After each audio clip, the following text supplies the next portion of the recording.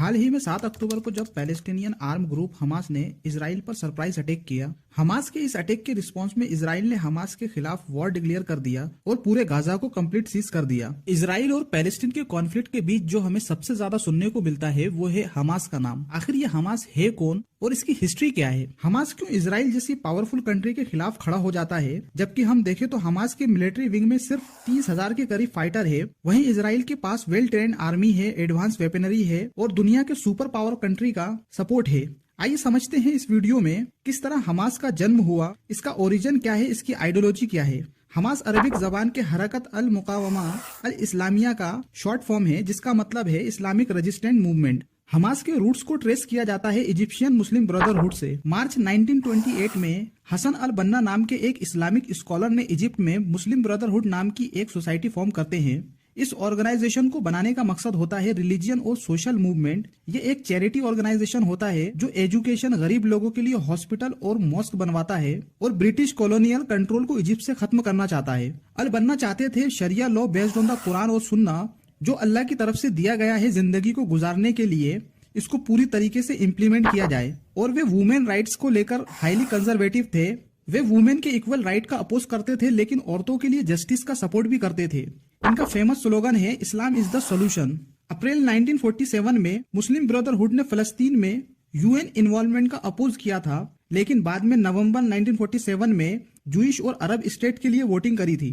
1967 में इजराइल और अरब की वॉर में इजराइल ने दुनिया को चौंका दिया था। ये 6 दिन की वॉर में इजराइल ने पैलेस्टाइन टेरिटरी जो फलस्तीनी लोगों को दिया गया था यूएन पार्टीशन के बाद, जैसे वेस्ट बैंक और ईस्ट जेरूशलम गाजा स्ट्रिप पर पूरी तरीके से कब्जा कर लेता है। इसके अलावा सीरिया के गोलन हाइट्स और इजिप्शियन साइना पेनिनसुला को भी अपने कब्जे में ले लेता है। इस 6 डे वॉर में पैलेस्टाइन लोग अपनी पूरी जमीन खो देते हैं। इस वक्त मुस्लिम ब्रदरहुड मेंबर इजराइल को रोकने के लिए कोई भी एक्टिव एक्शन नहीं लेते हैं। वे लोग इस वक्त सोशल और रिलीजन सुधार और इस्लामी मूल्य को बहाल करने पर फोकस करते हैं। 1973 में शेख अहमद यासीन ने गाजा में ब्रदरहुड की एक शाखा सोशल और रिलीजन चैरिटी ऑर्गेनाइजेशन बनाया जिसका नाम था मजूमा अल इस्लामिया, जो इजिप्ट की मुस्लिम ब्रदरहुड की एक पैलेस्टीनियन ब्रांच थी। इस ऑर्गेनाइजेशन ने clinic, blood bank, medical treatment जैसे काम स्टार्ट किए गाजा में लोगों की मदद करने के लिए। इस ऑर्गेनाइजेशन ने इम्पोर्टेंट रोल प्ले किया सोशल केयर प्रोवाइड करने में उन लोगों तक जो रिफ्यूजी कैंप में रहते थे। इन्होंने लोगों को फाइनेंशियल एड और स्टूडेंट जो हायर एजुकेशन लेना चाहते थे दूसरी कंट्री में जाकर उन्हें स्कॉलरशिप भी दी। मुजामा अल इस्लामिया को 1979 में इसराइल के द्वारा रिकॉग्नाइज भी किया गया, जिससे ऑर्गेनाइजेशन को गाजा में Islamic university, school, mosque build करने की परमिशन मिली। 1970 से 1980 के दशक में इजरायली अधिकारियों ने अल मुजामा अल इस्लामिया के प्रति उदासीनता दिखाई क्योंकि ये फतेह और पीएलओ के कंपैरिजन में इजराइल के कम खिलाफ थे। 1980 की दशक की शुरुआत में अल इस्लामिया का नजरिया बदल जाता है और ये इस्लामिक ऑर्गेनाइजेशन पैलेस्टीनियन राजनीति में अधिक शामिल होने लगे। इस बदलाव के पीछे शेख अहमद यासीन ने क्रूशल रोल प्ले किया। वे गाजा के अंदर मुस्लिम ब्रदरहुड के लीडर में से एक बन गए थे। 1984 में यासीन को इजरायलियों के द्वारा गिरफ्तार कर लिया जाता है जब इजरायलियों को पता चलता है कि उनके ग्रुप ने हथियार जमा किया है। लेकिन 1985 में जिब्रिल एग्रीमेंट के तहत प्रिजनर एक्सचेंज में शेख अहमद यासीन को रिहा कर दिया जाता है। अपनी रिहाई के बाद शेख अहमद यासीन अपनी चैरिटी का इन्फ्लुएंस गाजा में बढ़ाते हैं और अल मज्द नाम का ऑर्गेनाइजेशन शुरू किया जिसे फॉर्मर स्टूडेंट लीडर याहया सिनवर और रहवी मुश्तहा ने लीड किया, जिसका काम इंटरनल सिक्योरिटी और लोकल इंफॉर्मेशन को इजरायली इंटेलिजेंस सर्विस के खिलाफ हंट करना था। उसी समय उन्होंने एक और फॉर्मर स्टूडेंट लीडर सलाह शाहिदा को अल मुजाहिदुन अल फलस्तीनुम शुरू करने के लिए कहा, लेकिन इजरायली अथॉरिटी को इस बात की भनक लग जाती है। इजरायली इस ग्रुप मेंबर को अरेस्ट कर लेते हैं और उनके वेपन को अपने कंट्रोल में ले लेते हैं। 10 दिसंबर 1987 को गाजा चेक पॉइंट पर एक इजरायली आर्मी ट्रक ने एक कार को टक्कर मारी जिसमें 4 पैलेस्टीनियन डे वर्कर की मौत हो जाती है। इस इंसिडेंट के अगले ही दिन ब्रदरहुड के कुछ मेंबर आपस में मुलाकात करते हैं और हमास का कंसेप्ट यहीं से शुरू होता है। ये घटना पहली इंतिफादा की शुरुआत का ट्रिगर बन जाती है। 14 दिसंबर को इनके द्वारा इश्यू किया गया एक रिटन पेपर जिसमें लोगों को रेजिस्टेंस के लिए बुलाया गया इजराइल के खिलाफ। ये इनका पहला पब्लिक इन्वॉल्वमेंट माना जाता है, लेकिन अभी भी हमास का नाम का इस्तेमाल नहीं हुआ था कहीं पर भी। फरवरी 1988 को जॉर्डन की कैपिटल अम्मान में एक मीटिंग होती है। इस मीटिंग के बाद जॉर्डेनियन मुस्लिम ब्रदरहुड के द्वारा हमास को ऑफिशियली रिकॉग्नाइज किया जाता है। शेख यासीन डायरेक्टली इस ऑर्गेनाइजेशन से कनेक्ट नहीं होते हैं, लेकिन उन्होंने इसे ब्लेसिंग दी। हमास को बनाने का मकसद होता है व्यवहारिक और कॉमन सेंस अप्रोच का इस्तेमाल करके मसले को हल करना। पहले इंतफादा के दौरान मुस्लिम ब्रदरहुड ने इजराइल के खिलाफ हिंसा में शामिल होने से इनकार कर दिया था, लेकिन जो लोग इस ऑर्गेनाइजेशन से जुड़े हुए थे उन्हें डर था कि अगर उन्होंने इंतफादा में पार्टिसिपेट नहीं किया तो वे शायद पैलेस्टाइन इस्लामिक जिहाद और पीएलओ का सपोर्ट खो देंगे। कई फलस्तीनियों के लिए हमास उनकी नेशनल एस्पिरेशन के साथ एक ऑथेंटिक एंगेजमेंट को भी रिप्रेजेंट करता था। ये परसेप्शन इसलिए आया क्योंकि हमास ने पीएलओ के ओरिजिनल गोल को इस्लामिक कॉन्टेक्स्ट में एक्सप्लेन किया, जिसमें पैलेस्टीन को पूरी तरह आजाद करने के लिए आर्म स्ट्रगल पर फोकस किया गया। अगस्त 1988 में हमास ने अपना एक चार्टर पब्लिश किया जिसमें उसने खुद को मुस्लिम ब्रदरहुड का एक चैप्टर डिफाइन किया और इच्छा बयान की कि फलस्तीन के पूरे इलाके में एक इस्लामिक स्टेट इस्टेब्लिश करना उनका मकसद है। हमास का पहला कॉम्बैक्ट ऑपरेशन इजराइल के खिलाफ स्प्रिंग 1989 में हुआ, जब उन्होंने एवी सेस्पोर्टस और इलान साडोन, दो इजरायली सोल्जर को अगवा करके मार दिया। इस घटना के रिस्पांस में इजराइल ने एक्सट्रीम वायलेंट प्रतिक्रिया की हमास के खिलाफ। सैकड़ों हमास लीडर और एक्टिविस्ट, जिसमें यासीन भी शामिल थे, उन्हें अरेस्ट कर लिया गया। फिर 28 सितंबर 1989 में हमास को ऑफिशियली तौर पर बैन कर दिया गया और एक बड़े तादाद में हमास के मेंबर को अरेस्ट किया गया और 1990 में एक और मास डिटेंशन की लहर ने हमास को इफिशिएंटली तौर पर डिसमेंटल कर दिया। फर्स्ट इंतफादा के तीसरे साल के दौरान 8 अक्टूबर 1990 में टेम्पल माउंट फेथफुल की तरफ से टेम्पल के लिए कॉर्नर स्टोन रखने के फैसले के बाद मास रॉयट शुरू हो गया। टेम्पल माउंट फेथफुल ये एक ऑर्थोडॉक्स जूइश मूवमेंट बेस्ड है जेरूशलम में, जिसका मकसद है थर्ड जूइश टेम्पल को रिबिल्ड करना टेम्पल माउंट की जगह पर। टेम्पल माउंट जो मुसलमानों की अल अक्सा मॉस्क है उसके ऊपर।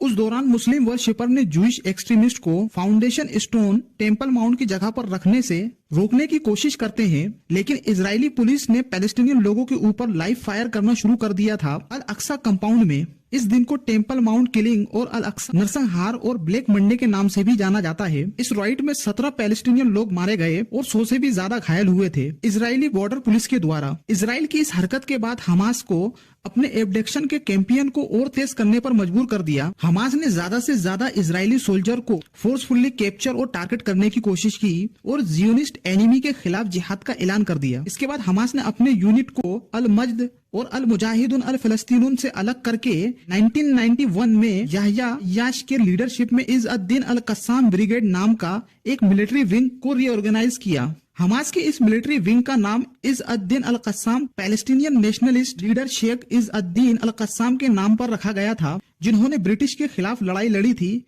जिनकी मौत ने 1935 में अरब रिवॉल्ट को चिंगारी दिखा दी थी। अरब रिवॉल्ट 1936 से 1939 तक लड़ी गई थी ब्रिटिशर्स के खिलाफ। पैलेस्टाइन में जूश इमिग्रेशन और जमीन खरीदने और जूश नेशनल होम स्टेब्लिश करने के खिलाफ। वापस आते हैं टॉपिक पर। याह्या अय्याश, जो कि एक इंजीनियरिंग ग्रेजुएट थे और एक माहिर बॉम्ब मेकर भी थे, उन्होंने हमास को ज्यादा इफेक्टिव और फोर्सफुल बनाया, जिसमें उनकी अटैक और ऑपरेशन कैपेबिलिटी में काफी सुधार आई। इसके बाद 1993 में ओस्लो प्रोसेस हुआ, जब इजरायली प्राइम मिनिस्टर यित्ज़ेक रॉबिन और यासिर अराफात ने डिक्लेरेशन ऑफ प्रिंसिपल, जो ओस्लो 1 एकॉर्ड के नाम से भी जाना जाता है, को साइन किया।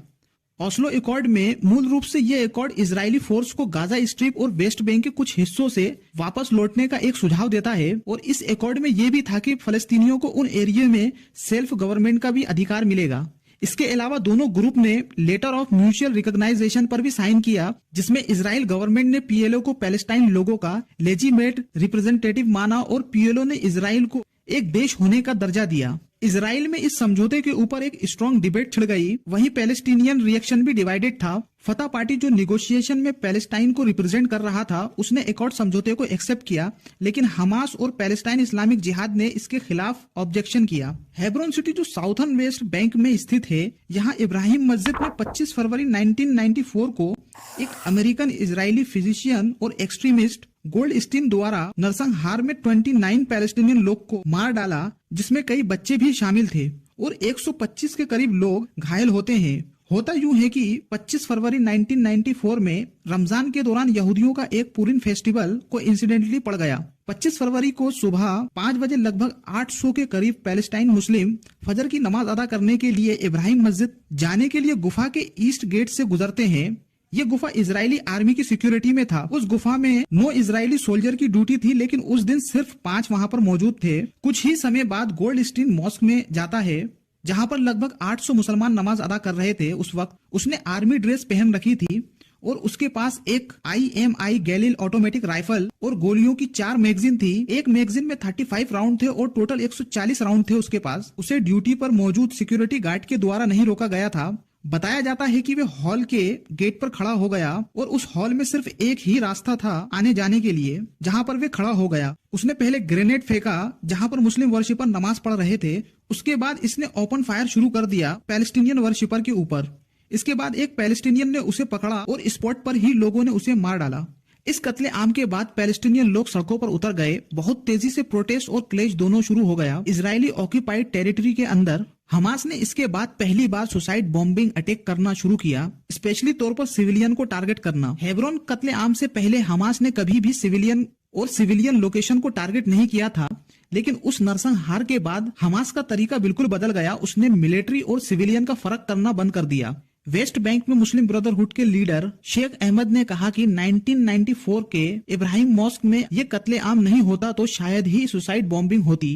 इसके बाद दिसंबर 1995 में हमास ने पैलेस्टीनियन अथॉरिटी के साथ एक एग्रीमेंट किया जिसके मुताबिक हमास अपने मिलिट्री ऑपरेशन को बंद करने का वादा किया, लेकिन ये वादा टूट जाता है जब शिन बेट, जो कि एक इजरायली सिक्योरिटी एजेंसी है, के द्वारा अल कस्साम ब्रिगेड के 29 साल के लीडर अय्याश को 5 जनवरी 1996 में कत्ल कर दिया जाता है। अय्याश के फ्यूनरल में लगभग 1 लाख के करीब गाजन शामिल होते हैं, जो कि गाजा की टोटल पॉपुलेशन का 11% होता है। इस एसेसिनेशन के जवाब में हमास ने अपने सुसाइड बॉम्बिंग की कैंपेन को दोबारा शुरू किया, जो 1995 से इनएक्टिव था।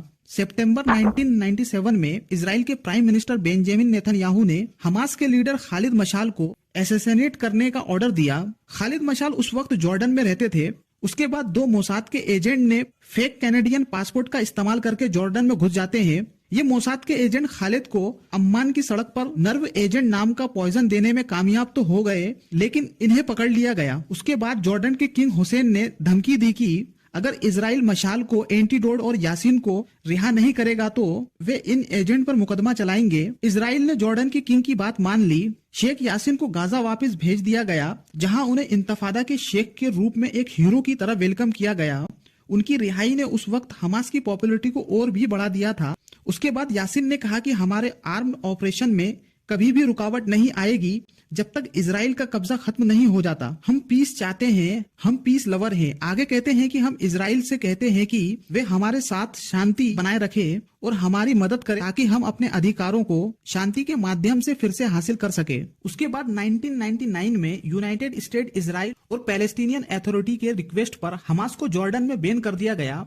जॉर्डन किंग अब्दुल्ला को डर था कि हमास और उसके जॉर्डनियन अलायंस की एक्टिविटी से पैलेस्टीनियन अथॉरिटी और इजराइल के बीच के पीस नेगोशिएशन को खतरे में डाल देंगी, और उन्होंने हमास के ऊपर जॉर्डन के अंदर इलीगल एक्टिविटी में शामिल होने का आरोप लगाया। मिड सितंबर 1999 में हमास लीडर खालिद मशाल और इब्राहिम घोशेश को ईरान से लौटने पर गिरफ्तार कर लिया और उन पर एक इलीगल ऑर्गेनाइजेशन के मेंबर होने, हथियार जमा करने और जॉर्डन को ट्रेनिंग बेस के रूप में इस्तेमाल करने का आरोप लगाया। मशाल को जॉर्डन से निकाल दिया गया। उसके बाद ये 2001 में सीरिया के दमिश्क में जाकर रहने लगे। सीरिया सिविल वॉर शुरू होने के बाद इन्होंने बशर अल असद के शासन से खुद को दूर किया और 2012 में कतर चले गए। सेकंड इंतफादा के दौरान 28 सितंबर 2000 जब इजरायली प्राइम मिनिस्टर के लिए लिकुड पार्टी के कैंडिडेट एरिन शेरोन ने टेम्पल माउंट का दौरा किया, जिसे अल हरम अल शरीफ भी कहते हैं, जो यहूदी और मुस्लिम दोनों के लिए होली साइट है। इस दौरे में 1000 से ज्यादा सिक्योरिटी गार्ड लेकर कंपाउंड में पहुंचे थे। उस दिन टेम्पल माउंट में उन्होंने कहा कि टेम्पल माउंट हमारे हाथ में है और हमारे हाथ में ही रहेगा। शेरोन के इस भड़काऊ भाषण के बाद पैलेस्टीनियन और पुलिस के बीच मुठभेड़ चालू हो गई। कॉन्फ्लिक्ट के पहले 5 दिन में इजराइल पुलिस और सिक्योरिटी फोर्स के द्वारा 47 पैलेस्टीनियनों को मार दिया गया और 1885 के करीब घायल हुए। इसके बाद अल कस्साम ब्रिगेड, जो हमास का मिलिट्री विंग है, उसने इजराइल पुलिस और मिलिट्री के खिलाफ अटैक और सुसाइड बॉम्बिंग शुरू कर दिया। 22 मार्च 2004 में अहमद यासीन को इजरायलियों के द्वारा टारगेट किलिंग में उनकी हत्या कर दी जाती है। 11 नवंबर 2004 में पैलेस्टीनियन प्रेसिडेंट यासिन अराफात का निधन हो जाता है। इस पोस्ट को भरने के लिए 9 जनवरी 2005 को वेस्ट बैंक में पैलेस्टीनियन प्रेसिडेंशियल इलेक्शन कराया जाता है, लेकिन हमास और इस्लामिक जिहाद दोनों के द्वारा इस इलेक्शन को बॉयकॉट किया जाता है। इस इलेक्शन में महमूद अब्बास को प्रेसिडेंट चुना जाता है।